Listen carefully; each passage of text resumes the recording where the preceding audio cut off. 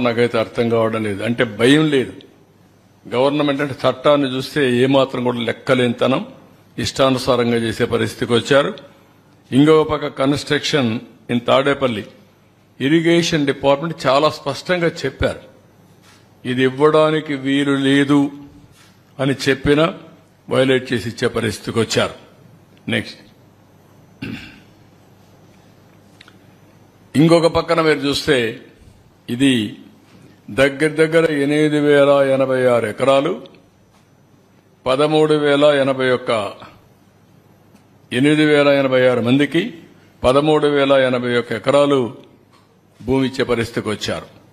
దీని value minimum 1,300 కోట్లు ఉంటుంది. పేదవాళ్లకు చెందవలసిన భూమి వైఎస్ఆర్ కాంగ్రెస్ జిల్లాలో 3,357 మందికి 5,796 ఎకరాలు, కర్నూలులో 856 మందికి 1,145 ఎకరాలు, అనంతపురంలో 3,471 మందికి 5,554 ఎకరాలు, అన్నమయ్య జిల్లాలో 84 మందికి 103 ఎకరాలు, అదే మరి నంద్యాలలో 318 మందికి 483 ఎకరాలు. మొత్తం కలిసి మీరు చూస్తే 8,086 మందికి 13,081 ఎకరాలు, 1,300 కోట్ల రూపాయలు మినిమం.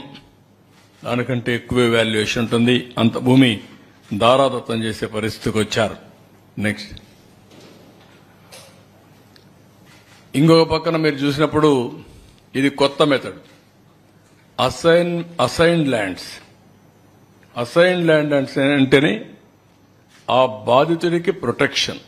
పేదవాళ్లకు భూములు ఇస్తాం, వాళ్ళు అమ్మేసుకుంటున్నారు, వాళ్ళ దగ్గర నుంచి వేరే వాళ్లకు బదిలీ అయిపోతున్నాయి.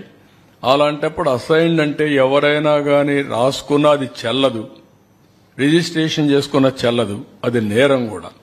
అలాంటి వాళ్లపైన యాక్షన్ తీసుకుని మళ్ళా ఒరిజినల్ ప్రమోటీ గాని ఒరిజినల్ ప్రమోటీ హ్యాబిచువేటెడ్ అయితే గవర్నమెంట్ డిస్క్రిప్షన్ వేరే పేదవాళ్ళకి ఇవ్వచ్చు, కానీ ఒరిజినల్ పేదవాళ్ళకి ఇప్పించాలి.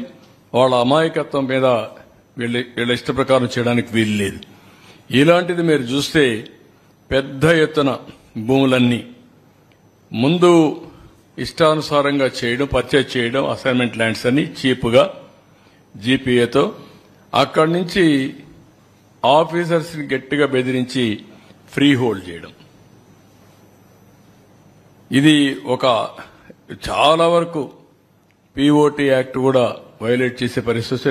స్ట్రైట్ అవే ఇలాంటి భూములన్నీ పట్టాలు చేసుకున్న వారు చట్ట ప్రకారం జైల్లో పెట్టాలి.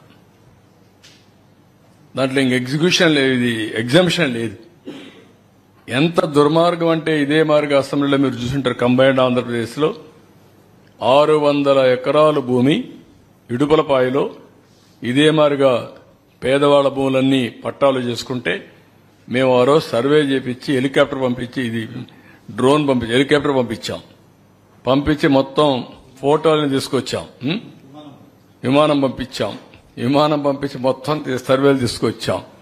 సర్వేలు చేసి తీసుకొచ్చి అసెంబ్లీలో పెడితే మా నాన్న తెలియకుండా చేశాడు కాబట్టి అది తప్పయింది. ఇప్పుడు చెప్తున్నాను, నేను దాని మొత్తం భూమి అంతా కూడా గవర్నమెంట్కి ఇచ్చేస్తానని చెప్పి దానికోసం ఒక అమ్యూనిటీ స్కీమ్ ఒకటి అనౌన్స్ చేశాడు.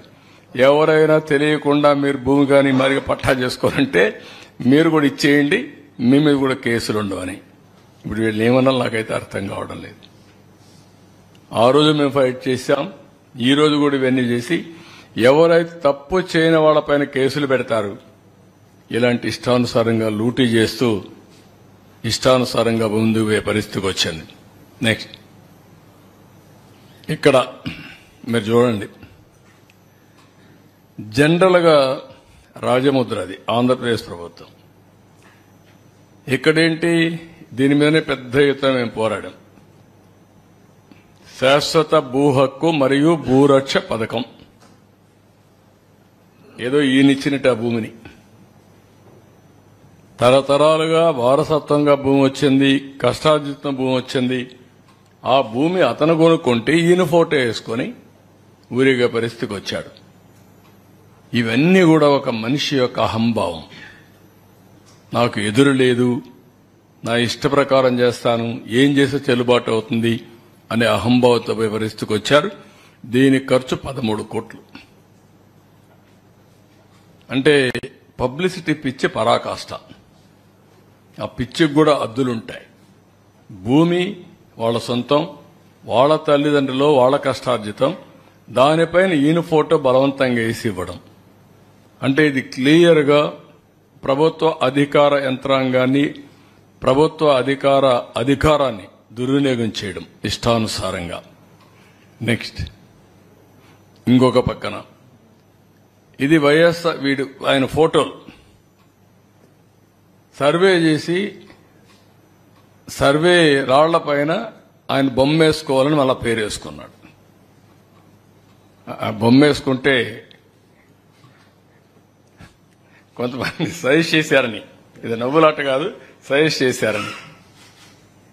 చనిపోయిన తర్వాత బొమ్మ వేసుకుంటారు, నువ్వు వేసుకొని అక్కడ పొలాల్లో పెడుతున్నావు, నువ్వు చనిపోయావనుకుంటారు అని చెప్తే పేరు పెట్టాడు. ఈ పేర్లు చూడండి మరి.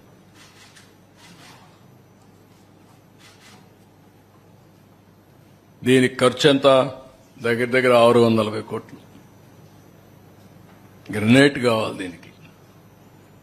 దీన్ని పిచ్చనాలనా, మదమనాలనా, అహంకారం అనాలనా, నాకు అడ్డు లేదనే విధానమా? ఎవరైనా ప్రజాస్వామ్య దేశంలో ఇవన్నీ యాక్సెప్ట్ చేస్తారా అని నేను అడుగుతున్నా. ఏం మన రాజులమా? మనకిచ్చింది ఒక ట్రస్టీగా 5 సంవత్సరాలు పరిపాలించమని, ప్రజాధనానికి, ప్రజల ఆస్తులకి రక్షణగా ఉండమని మనకు అధికారం ఇచ్చారు తప్ప పెత్తందారీ వ్యవస్థలో ఇష్టప్రకారం చేసి 640 కోట్ల రూపాయలు తగలబెట్టే పరిస్థితికి వచ్చారు. ఇంకా కలర్స్ అయితే చాలా ఉన్నాయి, అవి కూడా పెట్టాల్సింది ఇప్పుడు కాదు, నెక్స్ట్ టైం అవన్నీ వస్తాయి. నెక్స్ట్ ఇంకా సరే, లాస్ట్కి వచ్చే కొందికి ఇంకా పెద్ద స్కెచ్ వేశాడు. మనందరి జుట్టు ఆయన చేతల్లో పెట్టుకోవాలనుకున్నాడు.